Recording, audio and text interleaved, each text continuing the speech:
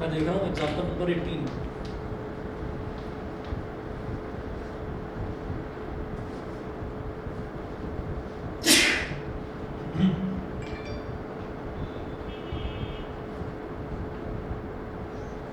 A motor car starts from rest and accelerates uniformly for 10 seconds to a velocity of 20 meter per second. It then runs at a constant speed and is finally brought to rest in 40 meter with a constant acceleration.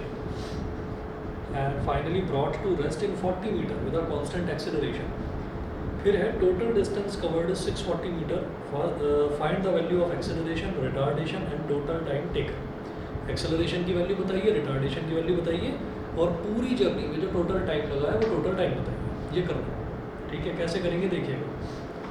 अब इसमें है the motor car starts from rest and accelerates uniformly for 10 seconds. तो case first है हमारा, यहाँ पर लिख दीजिए एक्सेलरेशन वाला केस है। केस फर्स्ट है एक्सेलरेशन।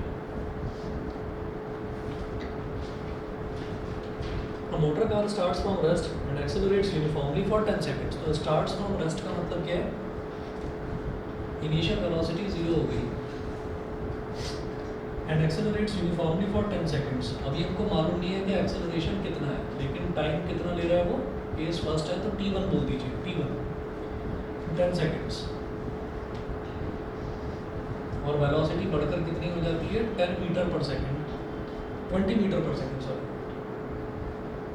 20 मीटर पर सेकेंड, ठीक है।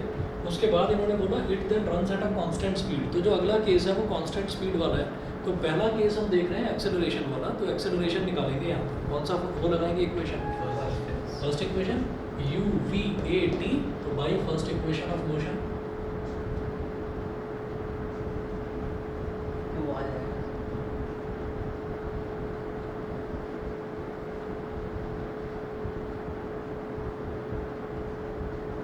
Is equal to U plus A T1। तो V कितना है? 20, U है 0, A इंटू T1 कितना है? 10। तो 10A इज इक्वल टू 20, 10 1 जा 10 2 जा। तो A कितना हो गया? 2 मीटर पर सेकंड स्क्वायर। तो सबसे पहले केस में तो हमारे पास एक्सेलरेशन आ गया। अच्छा चलिए जी, उसके बाद केस सेकंड है हमारा कांस्टेंट स्पीड वाला। तो केस सेकंड में लिख देना यूनिफॉर्म वेलोसिटी। कांस्टेंट स्पीड को हम यूनिफॉर्म वेलोसिटी बोल देते हैं।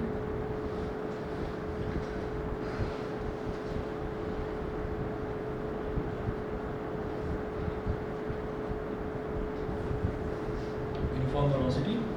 तो इसमें बोल रहे हैं it then runs at a constant speed and is finally brought to rest in 40 metre. It then runs at a constant speed.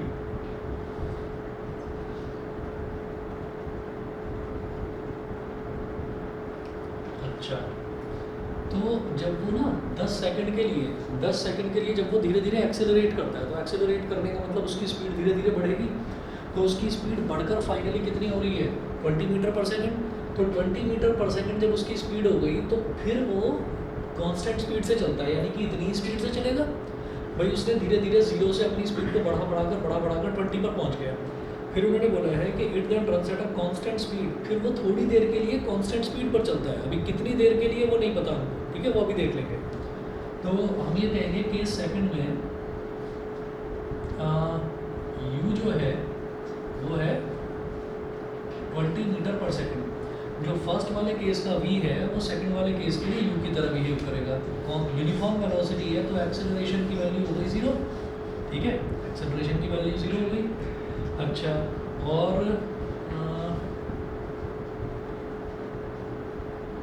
अच्छा मेरे को क्या निकालना है इसमें? टाइम निकालना है।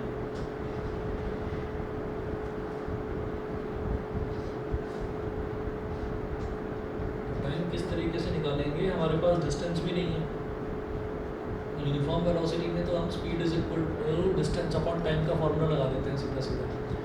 टाइम हमारे पास है नहीं। चलिए कोई बात नहीं, हम एक काम करते हैं, जो ये केस फर्स्ट है ना, इस केस फर्स्ट में ऐसा और निकाल लेते हैं। हमारे पास U T और A आ चुका है।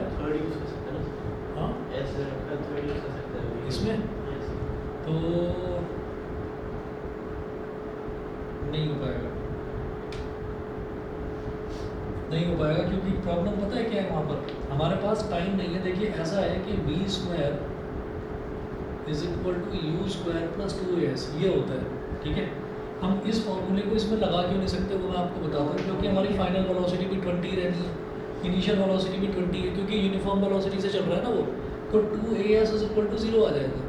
अब 2as is equal to 0, acceleration भी 0 है तो ये s मतलब 0 ही हो जाता है, ठीक है ना। तो ऐसा जबकि है नहीं, तो जब भी कभी हमारे पास यूनिफॉर्म वेलोसिटी वाला क्वेश्चन आता है तो यूनिफॉर्म वेलोसिटी वाले केस में, कांस्टेंट स्पीड वाले केस में क्या करेंगे आप, distance is equal to speed into time, बस ये सीधा फॉर्मूला लगाओ, ठीक है। तो आप क्या करें, आप पहले वाले केस का एक बार डिस्टेंस निकाल लो कि इसमें इसने डिस्टेंस कितना ट्रैवल करा है। कैसे निकालोगे, s1 is equal to u1t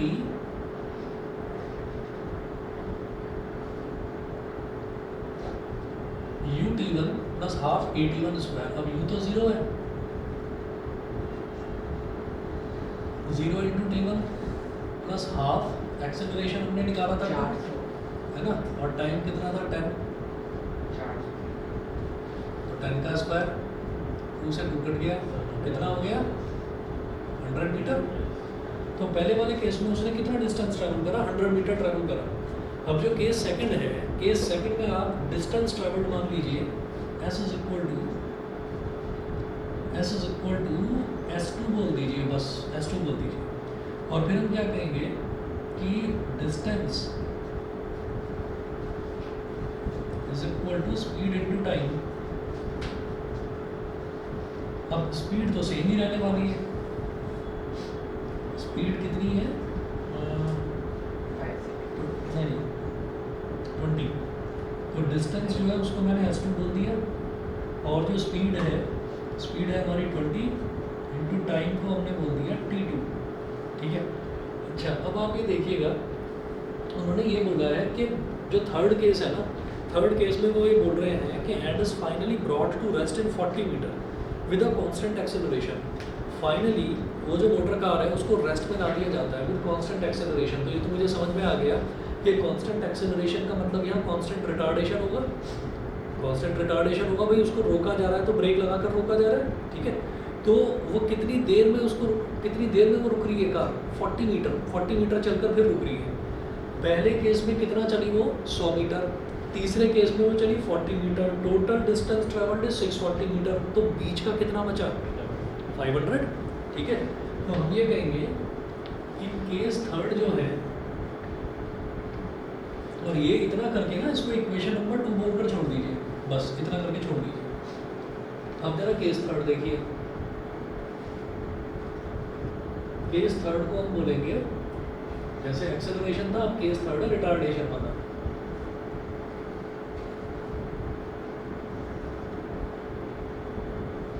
retardation, तो इसमें क्या होगा, इसमें भी इनको क्या करना है, सबसे पहले ये देखेंगे कि भाई यूनिफॉर्म वेलोसिटी के साथ वो बॉडी चल रही है, वो कार चल रही है, तो यूनिफॉर्म वेलोसिटी के साथ वो चल रही है, यानी कि 20 मीटर पर सेकंड थी उसकी वेलोसिटी, पूरा जो कांस्टेंट मोशन था केस सेकंड वाला उसमें 20 ही रही उसकी स्पीड, ना बढ़ी ना घटी, ठीक है।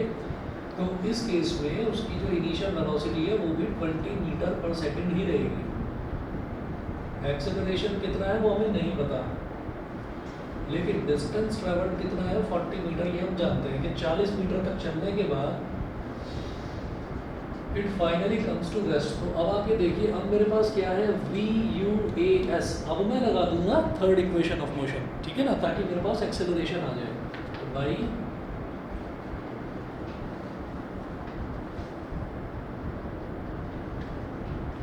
Third equation of motion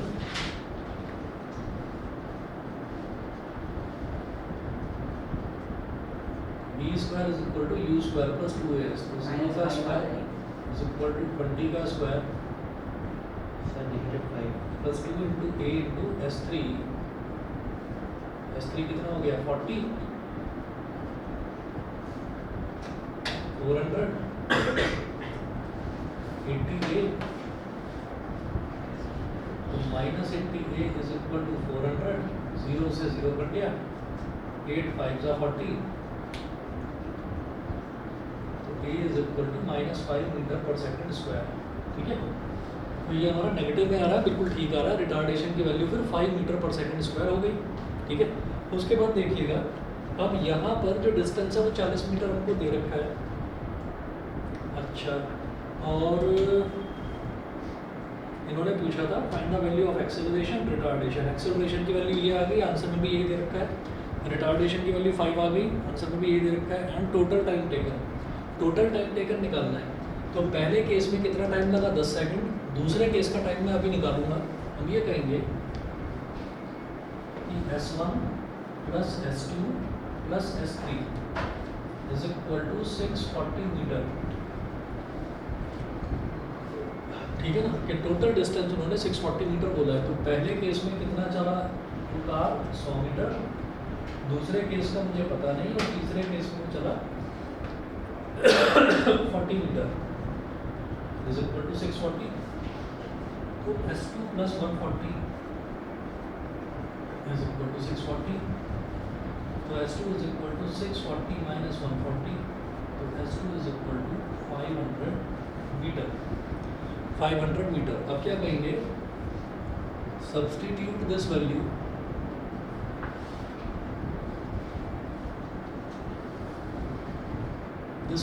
in equation 2। वैसे इक्वेशन 1 कहीं पर थी नहीं, इसको 2 बोल दिया, चलिए इक्वेशन नंबर 2 ही हो गया, कोई बात नहीं। तो S2 की वैल्यू कितनी है, 500 मीटर। तो 500 is equal to 20 into T2। तो T2 कितना हो गया, 500 अपॉन 20। भाई बंद कर देते प्लीज। 500 अपॉन 20, तो 0 से 0 कैंसिल, 225 था, है ना। तो T2 की वैल्यू 39 से 35, हाँ 95, बता दो। टोटल टाइम 25 सेकंड हो गया, नहीं ये वाला केस सेकंड का टाइम 25 हो गया। टोटल कितना है, 39 सही है। अब देखिएगा कि फर्स्ट केस में टाइम कितना आ रहा है, 10 सेकंड। सेकंड केस में टाइम आ रहा है 25 सेकंड। थर्ड केस का टाइम और निकाल देते हैं। 4 second, 4 second.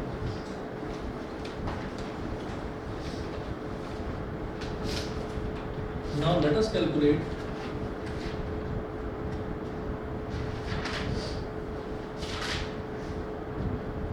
time taken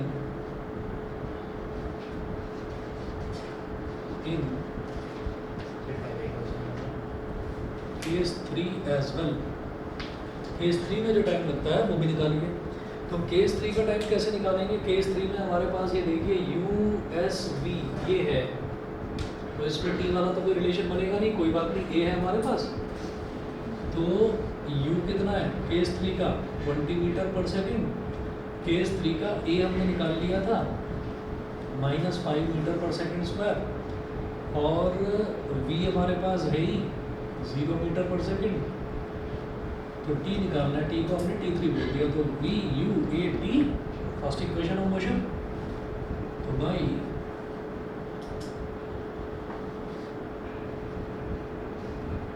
first equation of motion v is equal to u plus 83। v कितना है 0 और u कितना है 20 plus -5 into T3। 0 is equal to 20 minus 5 T3, -5 T3 को इधर ले आओ तो प्लस का 5 T3 is equal to 20, 5 4 the 20। तो T3 is equal to 4 seconds, ठीक है। और इन्होंने क्या पूछा था आपसे, टोटल टाइम। तो टोटल टाइम कितना हो गया, 10 सेकेंड, 25 सेकेंड और 4 सेकेंड। तो टोटल टाइम हमारे पास 39 सेकेंड्स आ गए, ठीक है। हाँ जी, ऑनलाइन वाले बता दें, क्लियर है सभी को। ये पहले ही करवाया है, हाँ एग्जाम्पल 18 पेज नंबर 20 पर है।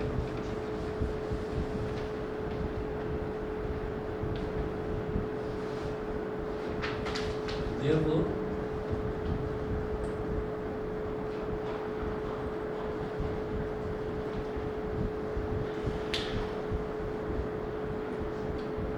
total time taken is equal to T1 plus T2 plus T3 10 plus 25 plus 4 39 seconds ये हो ठीक है। अगला देखिए एग्जांपल नंबर 19।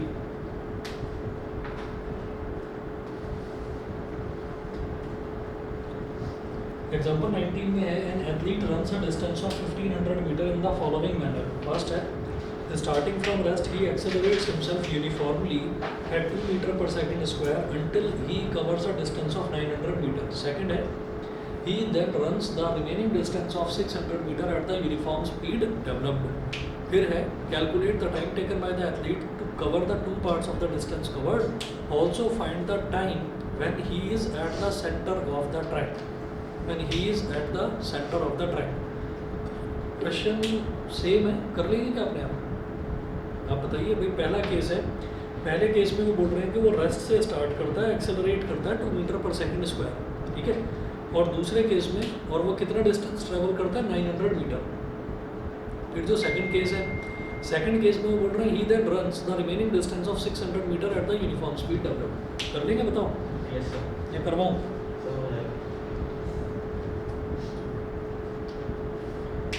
20 देखो फिर एग्जाम्पल नंबर 20। एग्जाम्पल नंबर 20 में है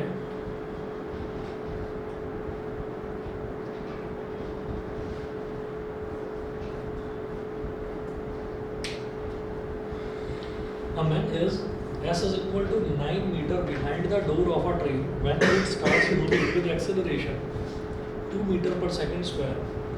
The man runs at full speed. How far does he have to run and after what time does he get into the train? What is his full speed?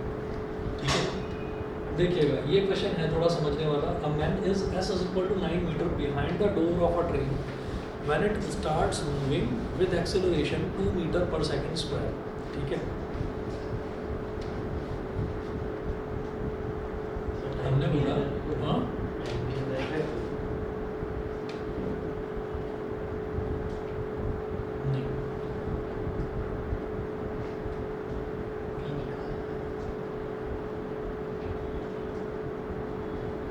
ये एक man है और यहाँ पर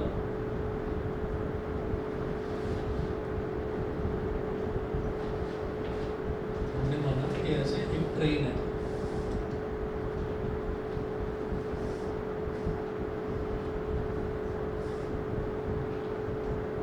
ठीक है। मान लो ट्रेन है, आदमी से थोड़ी छोटी हो गई लेकिन कोई बात नहीं। इन दोनों के बीच में मतलब ट्रेन का जो पीछे वाला दरवाज़ा है उसमें और ये जो आदमी है इसके बीच में डिस्टेंस है s इज इक्वल टू, इन्होंने बोला 9 metre. Behind the door of a train when it starts moving with acceleration 2 metre पर सेकंड स्क्वायर। तो ये जो ट्रेन है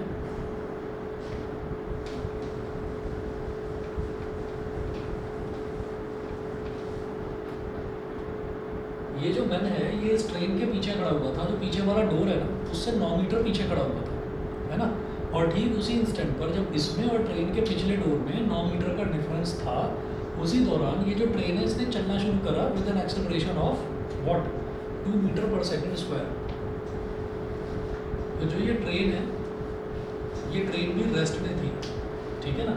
इन्होंने बोला है कि it starts moving with acceleration. तो स्टार्ट्स मूविंग का मतलब क्या है कि पहले रेस्ट में थी, अभी स्टार्ट करा है इसने मूव करना। तो u is equal to 0 metre per second, a is equal to 2 metre per second square. The man runs at full speed. तो वो आदमी ने अपनी पूरी स्पीड पर दौड़ना शुरू करा। How far does he have to run and after what time does he get into the train. अच्छा, वो अपनी फुल स्पीड पर दौड़ता है। How far does he have to run, कितनी दूर तक उसको दौड़ना पड़ेगा, एक तो ये बताना। How far does he have to run and after what time does he get into the train. Sir तो आदमी की भी इनिशियल वेलोसिटी 0 होगी ना? इनिशियल वेलोसिटी इसकी भी 0 होगी और इसका एक्सेलरेशन कुछ दे नहीं रखा है उन्होंने बस ये बोला था man runs at full speed. उसने एकदम से अपनी पूरी स्पीड पर दौड़ना शुरू करा। How far does he have to run. Acceleration को ट्रेन का है एक्सेलरेशन दे रखा है ट्रेन का 2 मीटर पर सेकंड स्क्वायर, क्या लॉजिक लगाएंगे इस पर? उन्होंने बोला है how far does he have to run, कि कितनी दूर तक इसको दौड़ना पड़ेगा, है ना, and after what time does he get into the train, वो दौड़ेगा कब तक? अच्छा वो दौड़ क्यों रहा है ट्रेन के पीछे, उसको ट्रेन में बैठना है जाकर इसलिए तो दौड़ रहा है, ऐसा थोड़ी है कि दौड़ता ही रहेगा। How far does he have to run, तो इसका आंसर ये नहीं होगा कि उसकी मर्जी, जब तक चाहे तब तक दौड़ता रहे। तो वो दौड़ इस वजह से रहा है क्योंकि वो ट्रेन में बैठना चाहता है, भागकर ट्रेन को पकड़ना चाहता है, ट्रेन छूट गई है। अच्छा, after what time does he get into the train, तो एक ऐसा इंस्टेंट जिस इंस्टेंट पर जो इस मैन की फुल स्पीड है, और जो ट्रेन है, ट्रेन की स्पीड और मैन की स्पीड जब बराबर हो जाएगी, उस दौरान ये आराम से उसमें चढ़ पाएगा। समझ गए? देखिए ऐसा होता है कि जब भी कोई ट्रेन में चढ़ता है या चलती हुई बस पे चढ़ता है दौड़कर, तो उस दौरान होता क्या है कि उन दोनों की स्पीड जब सेम हो जाती है तब वो आसानी से उसके अंदर चढ़ पाता है। अगर उसकी स्पीड ज़्यादा हो गई तो वो ट्रेन से आगे निकलने शुरू हो जाएगा, तो उसको अपनी स्पीड कम करनी पड़ेगी, ठीक है। अगर उसकी स्पीड कम रह गई तो वो फिल्मी स्टाइल तो है नहीं कि दौड़ कर छलांग लगा दी और सीधा पकड़ लिया उसको एकदम से, है ना, तो वो भी नहीं होगा। जब दोनों की स्पीड बिल्कुल सेम होगी तो उन दोनों के बीच में रिलेटिव मोशन कुछ भी नहीं होगा, दिखाई देगा कि हाँ ये भी और ये भी दोनों सेम स्पीड पर ट्रैवल कर रहे हैं, तब वो एकदम से उसके अंदर चढ़ जाएगा, ठीक है। तो इसको कितनी दूर तक चलना पड़ेगा, ये है how far does he have to run. तो यहाँ पर हम ये कहते हैं कि let the distance travelled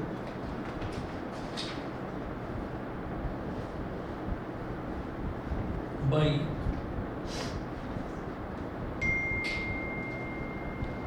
train be x meter,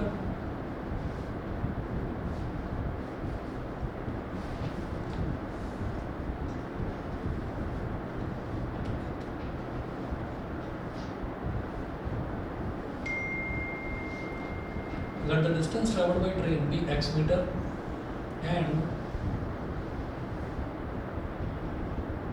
really the distance traveled by men distance traveled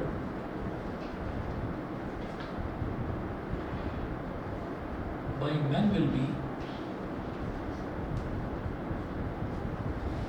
x plus 9 metre. ये हो गया।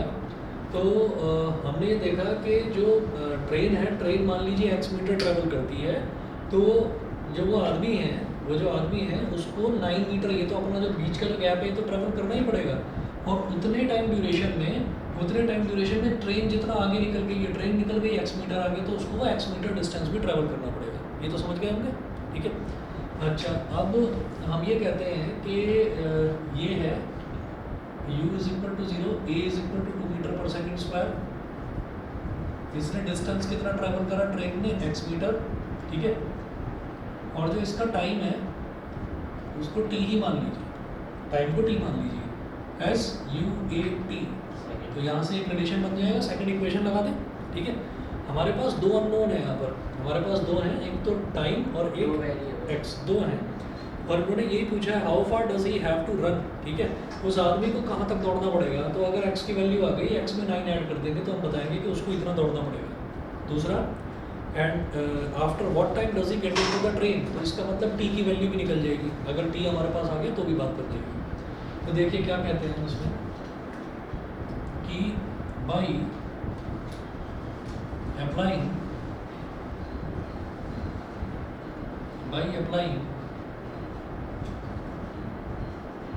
second equation of motion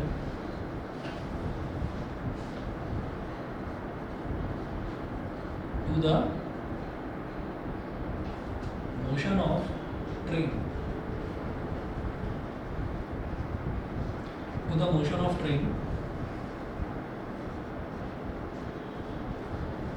s is equal to ut plus half at square। तो s कितना है x, u कितना है 0, t तो t ही है, प्लस हाफ इंटू a कितना है 2, और t स्क्वायर, 2 से 2 कट गया, x की वैल्यू आ गई t स्क्वायर। इसको बोल दिया हमने इक्वेशन नंबर 1। पहली चीज़ तो ये होगी, x की वैल्यू आ गई t²।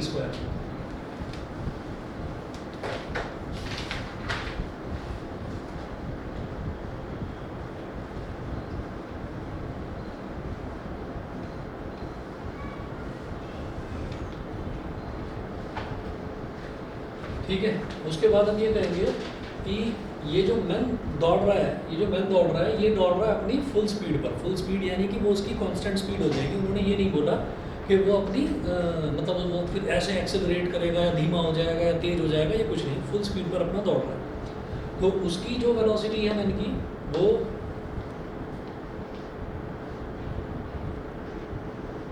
और द मोशन ऑफ मैन और the motion of man. Sir ये ट्रेन का निकाल रहे हैं ना, अभी मैन की बात कर रही है तो मैंने ट्रेन के लिए निकाल दिया x = t² for the motion of train. अब मैन के मोशन की बात करते हैं। सर ये h कहाँ से आया कि s के डिस्टेंस क्या?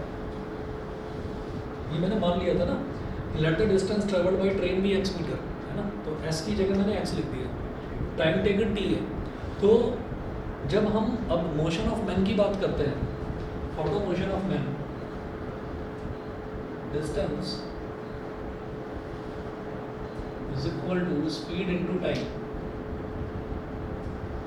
अब वो मैन ने कितना डिस्टेंस ट्रैवल करा? मैन ने डिस्टेंस ट्रैवल करा x+9 उसने डिस्टेंस ट्रैवल करा। उसके बाद वो ट्रेन में कूद कर चढ़ गया, ठीक है। तो उसने डिस्टेंस कितना ट्रैवल करा? x+9 इज इक्वल टू उसकी स्पीड कितनी है? तो vm लिख दिया मैंने। vm मतलब वेलोसिटी ऑफ मैन, vm, ठीक है। और वो टाइम कितना ले रहा है मैन? वो टाइम ले रहा है, वो भी t सेकंड नहीं ले रहा है टाइम। क्यों ले रहा है t सेकंड? भाई उसके बाद तो हमें वो चीज़ स्टडी ही नहीं करनी ना, उसके बाद हमको वो चीज़ स्टडी नहीं करनी कि भाई t सेकंड तक ट्रेन भी चलती रही, t सेकंड तक और आदमी भी दौड़ता रहा, उसके बाद वो उसके अंदर चढ़ गया। फिर तो हमारा जो हम ऑब्जर्व कर रहे हैं, हमारी ऑब्जर्वेशन खत्म कर। तो इसका मतलब टाइम टेकन को हम सेम लेना है जो ट्रेन का टाइम टेकन है कि 3 सेकंड में ट्रेन पहुंच गई x मीटर, तो 3 सेकंड में आदमी को x+9 डिस्टेंस ट्रैवल करना पड़ेगा, ठीक है। तो दोनों का टाइम टेकन सेम होगा, तो इसलिए उसको भी हमने t ही ले लिया, ठीक है। उसके बाद ये जो x+9 है, इसको चाहे आप बोल दीजिए t² + 9 is equal to vm into t, ये हो गया। और यहाँ से इस t को इधर ले आओ, तो t² + 9/t is equal to vm। ये हो गई इक्वेशन नंबर 2। यहाँ तक क्लियर? बोलो भाई, समझ गए? तो यहाँ से हमने वेलोसिटी ऑफ मैन निकाल लिया, ठीक है। अच्छा, वेलोसिटी ऑफ मैन जो उसकी फुल स्पीड है, वो फुल स्पीड वो होनी चाहिए जो ट्रेन की स्पीड है, ठीक है। आप ये कहेंगे कि ट्रेन तो शुरुआत में 0 थी, आदमी अपनी फुल स्पीड पर दौड़ रहा है, तब भी वो ट्रेन को क्यों नहीं पकड़ पाया? अरे एकदम से थोड़ी पकड़ लेगा, उसको ये 9 मीटर तो ट्रैवल करना पड़ेगा ना, वो 9 मीटर तो ट्रैवल करना पड़ेगा। और ट्रेन ने एक्सेलरेट करना शुरू कर दिया, यानी कि ट्रेन की धीरे धीरे वेलोसिटी बढ़नी शुरू हो गई है। तो अब उसकी वेलोसिटी उतनी तेज ना होने पाए कि इसकी फुल स्पीड से ज़्यादा हो जाए, ठीक है। और ये जो है ये फटाफट से वो डिस्टेंस ट्रैवल कर ले, ठीक है।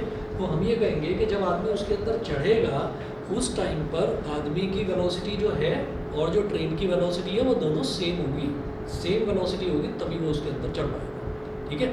जैसे हम कहते हैं ना कि एक कार चल रही है और दूसरी कार चल रही है, मान लीजिए दोनों 20 किलोमीटर/आवर की स्पीड से दोनों चल रहे हैं, तो एक बच्चा खिड़की खोलकर दूसरे बच्चे को बॉल पकड़ाएगा, वो कैच पकड़ लेगा। क्यों पकड़ लेगा? क्योंकि दोनों के बीच में रिलेटिव मोशन नहीं है, एक भी कार आगे या पीछे नहीं है। मेरी बात समझ गए? ठीक है। तो वही चीज़ उसके कूदकर ट्रेन के अंदर चढ़ने में भी है कि जब दोनों की वेलोसिटी उस टाइम सेम होगी तभी वो जंप करके अंदर जा पाएगा, नहीं तो नहीं कर पाएगा, ठीक। अब जगह देखिएगा कि जो ये वेलोसिटी है vm, तो हम ये कहेंगे for the man to catch the train,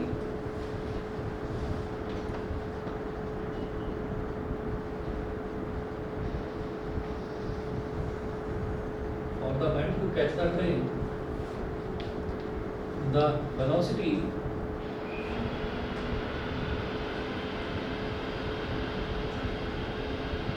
of man must be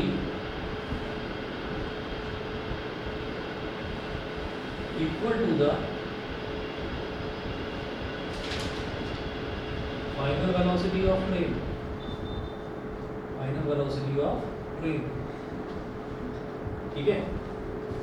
तो अब आप क्या करिए कि मोशन ऑफ ट्रेन जो है, मोशन ऑफ ट्रेन में हमारे पास u है, a है, ठीक है, t के टर्म्स में ही है, कोई बात नहीं, तो इसमें आप v निकाल लीजिए, ठीक। So apply first equation of motion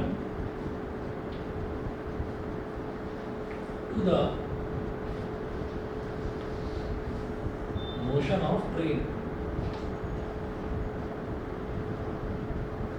first equation of motion to the motion of train. तो क्या हो जाएगा? सर इससे जो v की वैल्यू आएगी उसको पुट ऊपर कर देंगे ना।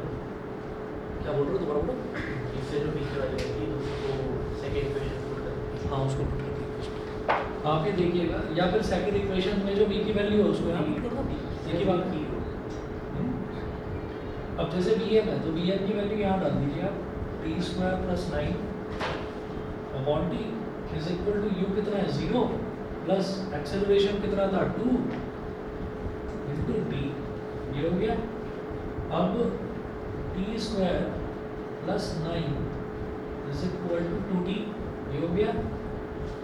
Sorry, t square plus 9 upon t is equal to t, तो सही। तो t square plus 9 is equal to क्या हो गया 2t स्क्वायर, अब टी स्क्वायर को उधर ले जाओ, तो 2t square minus t square is equal to 9, तो t square is equal to 9, तो टी की वैल्यू क्या होगी प्लस माइनस 3 या 3 प्लस 3, क्योंकि हम टाइम निकाल रहे हैं ना, तो टाइम नेगेटिव नहीं होता कभी भी, तो टाइम की वैल्यू मेरे पास 1 सेकंड है, ये समझ में आ गया, ठीक है। तो ये जो लग रहा था ना कि वो बहुत लंबा मोशन है, कोई ज़्यादा लंबा मोशन नहीं है, 3 सेकंड का मोशन है, ठीक है। चलिए जी, तो t is equal to 3 second समझ में आ गया। ऑनलाइन वाले बच्चे बता दें सभी को क्लियर है यहाँ तक?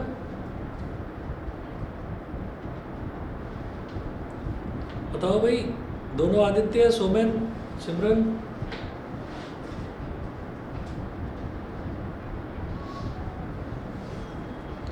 ठीक है। अब इसके बाद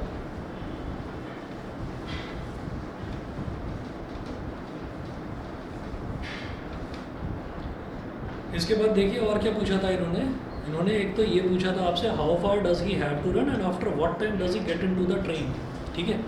लास्ट में पूछा what is his full speed भी पूछी है, ठीक है, वो भी निकाल देंगे। तो आप ये देखिए how far does he have to run, तो इसका मतलब आपको क्या निकालना है, उस आदमी को कितना दूर दौड़ना पड़ेगा, x प्लस 9, ठीक है, x प्लस 9 दौड़ना पड़ेगा, और x की वैल्यू कितनी थी टी स्क्वायर, तो हम लिखेंगे from equation 1 x is equal to t square, तो x इज इक्वल टू 3 का स्क्वायर मतलब 9, therefore man has to run x plus 9 metre, मतलब 9 प्लस 9, x की वैल्यू तो 9 आ गई ना, 18 मीटर, तो उसको मैन को कितना दौड़ना पड़ेगा, उसको 18 मीटर दौड़ना पड़ेगा, पहली चीज़ तो ये।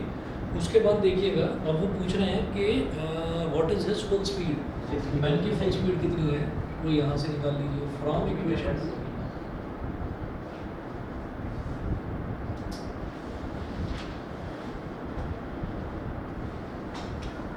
full speed of man is Vm is equal to t square plus 9 upon t, t square कितना 3 का स्क्वायर प्लस 9 तो अपॉन 3, तो 9 प्लस 9 अपॉन 3,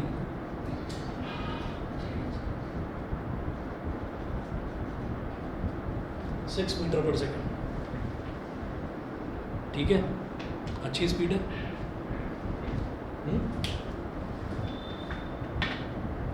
इसका मतलब क्या हुआ, वो जो बोल्ट है उसैन बोल्ट, उसका 10 सेकंड से कुछ कम 9 पॉइंट सम सेकंड्स का है ना 100 मीटर का, ठीक है। तो इसका मतलब उसकी स्पीड कितनी हुई, या चलो ये कितना दौड़ गया, ये 10 सेकंड में कितना दौड़ जाएगा, 60 मीटर, तो बहुत पीछे है उससे, पर फिर भी 6 मीटर पर सेकंड अच्छी स्पीड है। चलिए 1 मिनट में आ रहा हूँ मैं, आप अगला क्वेश्चन देखिए जरा। हाँ, फिर भी अच्छी स्पीड है। 6 मीटर पर सेकंड, 1 सेकंड ये हो गया, 1 सेकंड 6 मीटर, 1 मीटर और इतना ही 6 टाइम्स कर दो इसका, स्पीड अच्छी है। मैं भी आया सर्विस पानी की बॉटल हाँ पानी की पानी की बोतल दे देना भी इतना।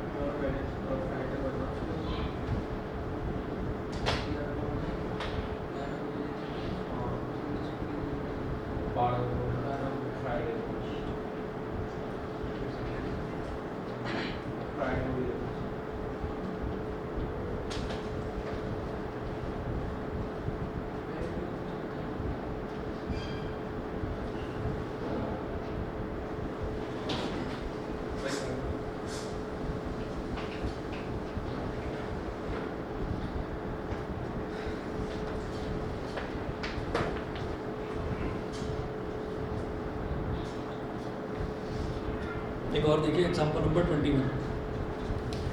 21 में है a car accelerates from rest at a constant rate alpha for some time.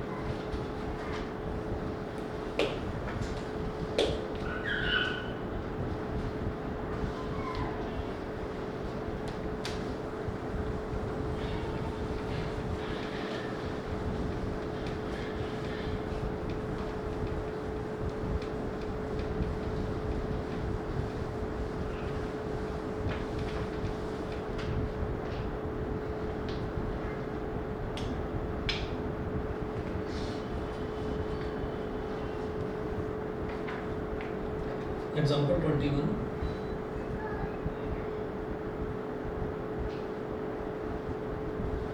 A car accelerates from rest at a constant rate alpha for some time. Accelerates at a constant rate alpha मतलब उसका acceleration बता रखा है कि उसका acceleration कितना है, alpha है।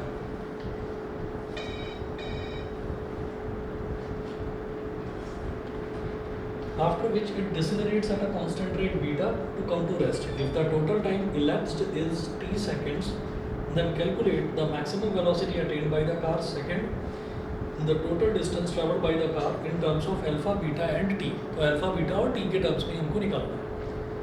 A car accelerates from rest at a constant rate alpha for some time. तो case 1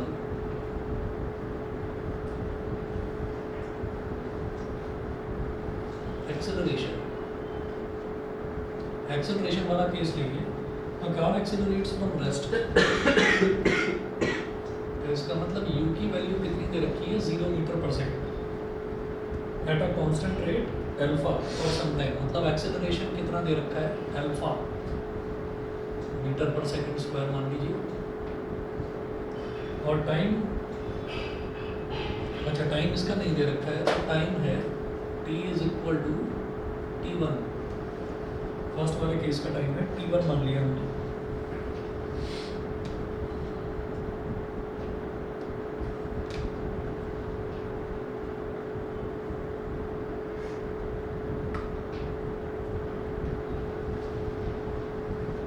तो v मुझे पहले निकालना है, v निकालते हैं y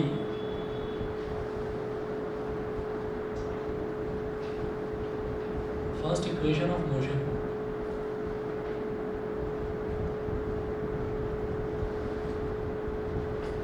v is equal to u plus a t. U कितना है 0, ए कितना है अल्फा और टी कितना है t1। तो v is equal to alpha t1, equation number 1 बोल दिया इसको। उसके बाद वो बोल रहे हैं a car accelerates from rest at a constant rate alpha for some time after which it decelerates at a constant rate beta to come to rest। ठीक है, इसका मतलब क्या है? केस सेकंड है डिसेलरेशन वाला। डिसेलरेशन मतलब रिटार्डेशन बोल देते हैं इसको, एक ही बात है। तो इस वाले केस में क्या है कि u जो है, जो इस केस का हमारा फाइनल वेलोसिटी था, वो सेकंड केस के लिए इनिशियल वेलोसिटी बन जाएगा। तो वो बन गया अल्फा t1। ठीक है, अच्छा अब जो एक्सेलरेशन है वो है बीटा नहीं माइनस बीटा। ठीक है, उन्होंने बोला है it decelerates at a constant rate beta. तो उस बीटा को बीटा ना लेकर माइनस बीटा लेंगे, एक्सेलरेशन रिटार्डेशन को नेगेटिव में लेते हैं। To come to rest, come to rest का मतलब क्या है कि जो इसमें जो फाइनल वेलोसिटी है v वो 0 मीटर पर सेकंड होने वाली है इसकी। ठीक है, अच्छा अब टाइम निकालेंगे। तो टाइम जो है t इज इक्वल टू ये आ जाएगा, इस केस का जो टाइम है उसको हम मान लेंगे t2। ठीक है, तो देखिएगा जरा, अब by first equation of motion, by first equation of motion v is equal to u plus a t. v है 0, u है अल्फा t1 प्लस ए कितना है माइनस बीटा और टी कितना है t2। ठीक है, अब देखिएगा यहाँ से हमारे पास माइनस बीटा t2 है, 0 is equal to alpha t1 minus beta t2। ठीक है, तो t1 और t2 का एक रिलेशन आ जाएगा यहाँ से।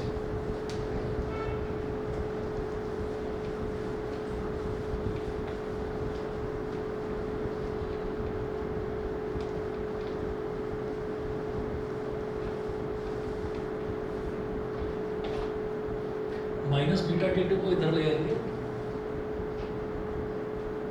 प्लस का beta t2 is equal to alpha t1। तो t2 is equal to alpha t1 upon beta. t2 is equal to alpha t1 upon beta. ये हो गया, यहाँ तक क्लियर है? ठीक है, तो t2 is equal to alpha t1 upon beta, ये हो गया हमारे पास। ठीक, अच्छा और t2 की वैल्यू आ गई। अच्छा, अब इन्होंने बोला है हमसे कि if the total time elapsed is t seconds, then calculate the maximum velocity attained by the car. The maximum velocity attained by the car is v is equal to alpha t1। ये है, ठीक है। तो देखिएगा, since total time taken is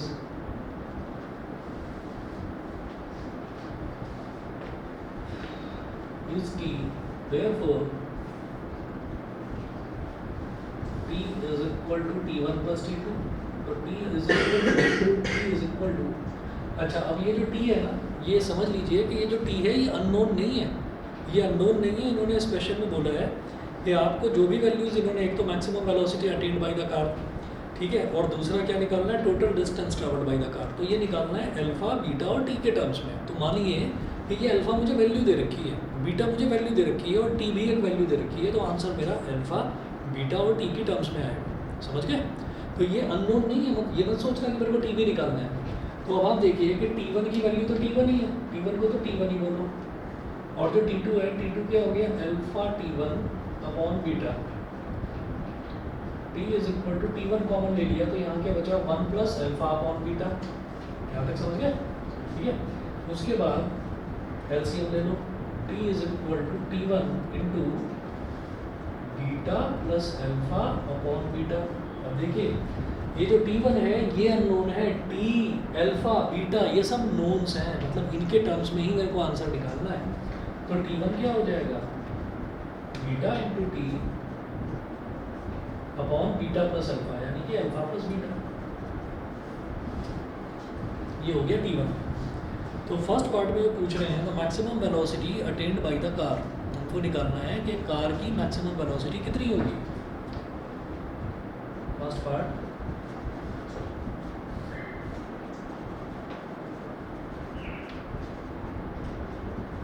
maximum velocity attend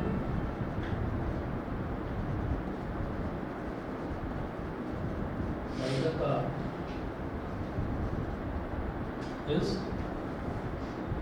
V is equal to alpha T1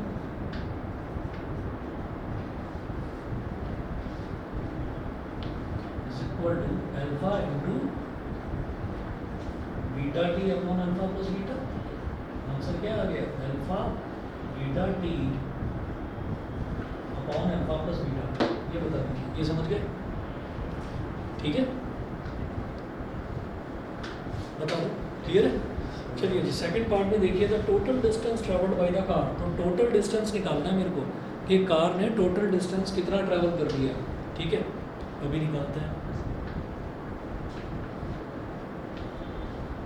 तो acceleration में कितना उसने डिस्टेंस ट्रैवल करा वो निकालना है, और फिर डिसेलरेशन में कितना डिस्टेंस ट्रैवल करा वो निकालना है।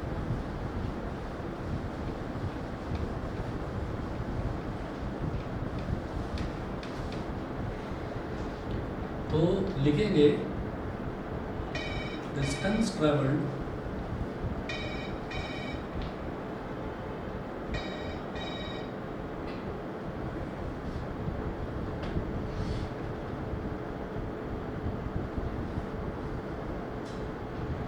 distance traveled in case first S1 is equal to UT1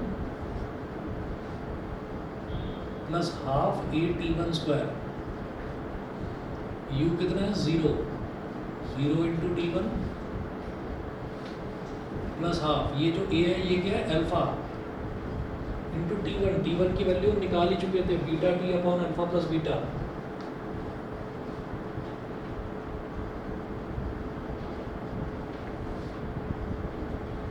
zero into T1 is 0, half alpha beta T upon alpha plus beta. तो स्क्वायर रूट क्या लोगे T1 से अल्फा? अरे हाँ, स्क्वायर भी तो लेंगे इसका,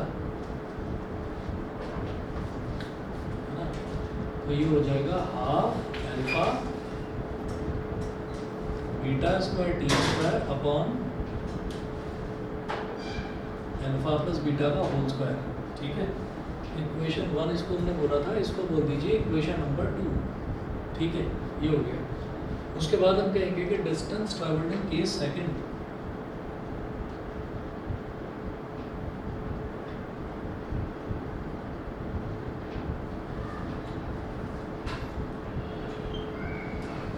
distance travelled in case second, तो S2 is equal to UT2 plus half A T2 square, ठीक। तो केस सेकंड यानी कि डिसेलरेशन वाले में U की वैल्यू कितनी थी, अल्फा T1 थी, तो लिखेंगे अल्फा T1 और T2 की वैल्यू कितनी थी, alpha T1 upon beta, alpha T1 upon beta plus half A की वैल्यू कितनी थी, माइनस बीटा, क्योंकि डिसेलरेशन था, और T2 था alpha T1 upon beta, alpha T1 upon beta का होल स्क्वायर हो गया, ठीक है। इसके बाद क्या करेंगे, alpha into alpha is alpha square T1 square upon beta, ठीक है। फिर ये माइनस है, ये प्लस है, तो ये हो गया माइनस हाफ, और अल्फा का स्क्वायर इधर बीटा आ गया, और T1 का स्क्वायर अपॉन बीटा का स्क्वायर। तो एक बीटा से एक बीटा कैंसिल आउट हो गया, और मुझे ये दिखाई दे रहा है कि यहाँ पर alpha square T1 square upon beta, alpha square T1 square upon beta है ही, तो alpha square T1 square upon beta common ले लिया, इधर ब्रैकेट में क्या बचा 1, इधर ब्रैकेट में क्या बचा 1/2, तो 1 माइनस 1/2 इज हाफ ही आ गया, half alpha square T1 square upon beta, ठीक है। अब क्या करेंगे कि ये जो T1 है, इस T1 की वैल्यू क्या आई थी, beta T upon alpha plus beta, ये वैल्यू डालेंगे तो half alpha square upon beta. अब T1 स्क्वायर की वैल्यू क्या हो जाएगी, इसका स्क्वायर कर दीजिए, तो इसका स्क्वायर क्या हो जाएगा, beta square T square upon alpha plus beta का स्क्वायर। एक बीटा से एक बीटा कैंसिल आउट हो गया, ठीक है। तो ये हमारे पास आ गया half alpha square beta T square upon alpha plus beta का होल स्क्वायर। यहाँ पर क्या था, half alpha beta square T square upon alpha plus beta का होल स्क्वायर। तो ये distance travelled in case second आ गया, ये distance travelled in case first आ गया। टोटल डिस्टेंस निकालने दोनों को ऐड करके, ठीक है। क्या बनी इधर ये सर ये T1 में जो वैल्यू है T1 की, हाँ। उसमें अल्फा बीटा टी तीन वाली है ना, आपने तो बस बीटा स्क्वायर टी ना स्क्वायर। ना ना, ये जो आपने देख रहे हो ना, ये v की वैल्यू है ना, T1 की वैल्यू ये है beta T upon alpha plus beta, तो वही लिखा। ठीक है, अब क्या करेंगे, ये S1 है और ये S2 है।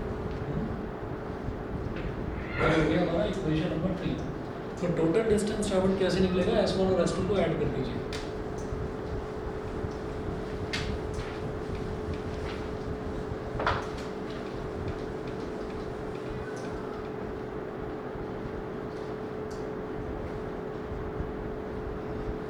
S1 plus S2, ठीक है।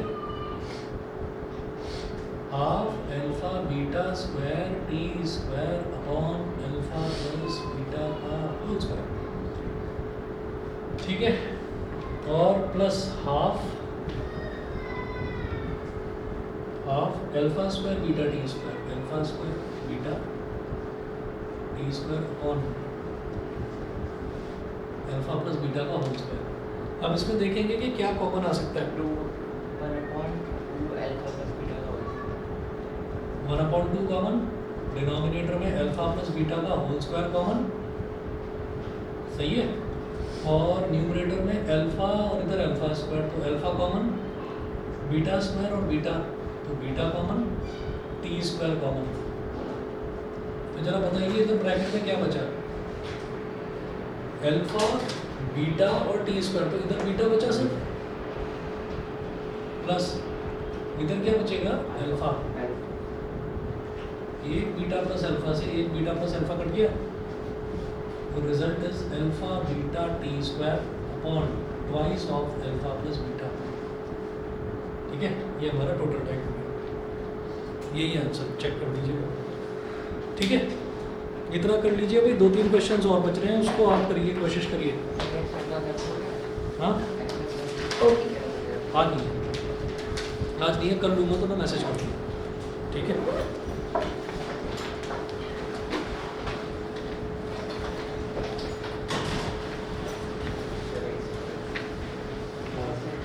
Thank you, sir. Okay Thank you, sir. Okay okay, notes आपको पक्का